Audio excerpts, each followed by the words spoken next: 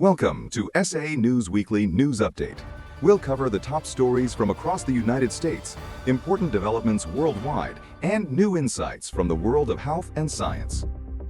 The United States Supreme Court has issued one of its most consequential constitutional rulings of the year, affirming that children born on American soil to parents who are unlawfully or temporarily present in the country are citizens at birth. The case, Trump v. Barbara, directly examined the meaning of the Citizenship Clause of the 14th Amendment. The Supreme Court said children born in the United States to parents who are unlawfully or temporarily present are subject to the jurisdiction of the United States and therefore qualify for citizenship at birth. The decision rejected the Biden administration's effort to narrow the long-standing interpretation of birthright citizenship. The ruling settles a constitutional question that could have changed the legal status of future generations of the U.S.-born children. The court did not merely address the procedures surrounding the government's policy. It ruled on the central constitutional question itself, whether children born in the country lose their claim to citizenship because of their parents' immigration status. The ruling means that the federal government cannot implement the proposed restriction on citizenship for U.S.-born children of undocumented immigrants or people temporarily present in the country. Existing birth certificates, citizenship documentation, and the broader system through which U.S.-born children establish citizenship therefore remain governed by the established interpretation of the 14th Amendment. For millions of immigrant families, hospitals, state governments, and federal agencies, the practical consequence is clear.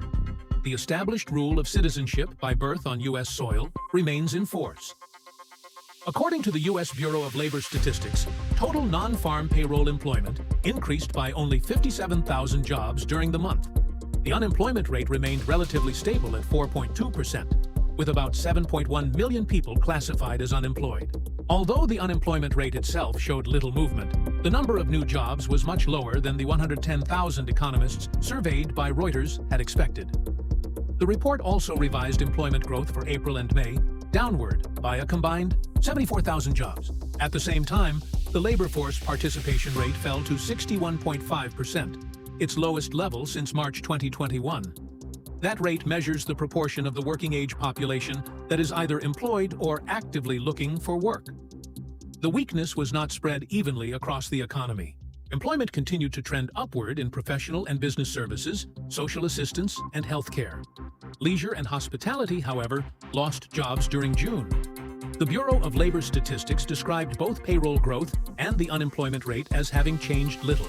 But the combination of modest hiring, downward revisions to earlier months, and lower participation presented a noticeably softer picture of the labor market. The Federal Reserve watches employment closely when deciding whether borrowing costs should rise, fall, or remain unchanged. A labor market that is weakening could reduce pressure for higher interest rates. But policymakers also have to consider inflation and the possibility that fewer available workers may partly explain slower employment growth. South Africa has deployed more than 3,000 soldiers to support police after nationwide anti-migrant protests escalated into violence, looting, and widespread fear among foreign residents. The demonstrations took place on June 30th after an anti-migrant movement called March, and March set an unofficial deadline for undocumented immigrants to leave the country. Thousands of foreign nationals had already fled or sought transportation home before the protests began. Businesses closed in some areas, foreign workers stayed home, and many migrant families prepared for possible attacks. Most of the marches were reported to be peaceful, but violence broke out in several communities. Shops and homes belonging to foreign nationals were looted or vandalized. Protesters clashed with police, and authorities arrested more than 900 people. Some arrests were related to immigration violations, while others involved offenses connected with the unrest. At least 4 people had been killed during the broader wave of anti-migrant violence. By July 3rd, President Cyril Ramaphosa's government had mobilized 3,405 members of the South African National Defense Force to support police operations. The deployment began on June 28th and was expected to cost approximately 54.6 million rand. The protest movement has said demonstrations could continue weekly for months. The deployment of the military shows that what began as an immigration protest has become a broader national security and humanitarian concern for Africa's largest economy.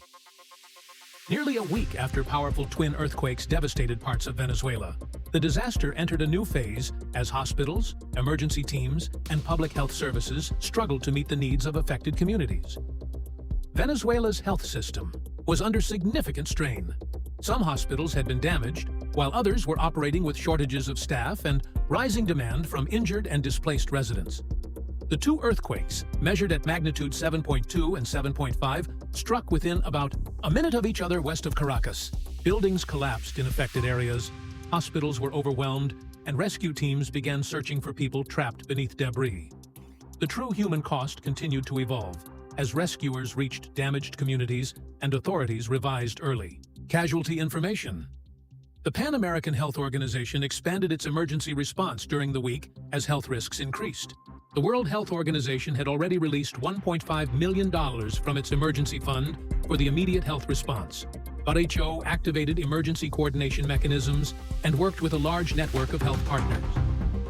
Rescue operations gradually change into questions about shelter, healthcare, safe water, and the long process of rebuilding.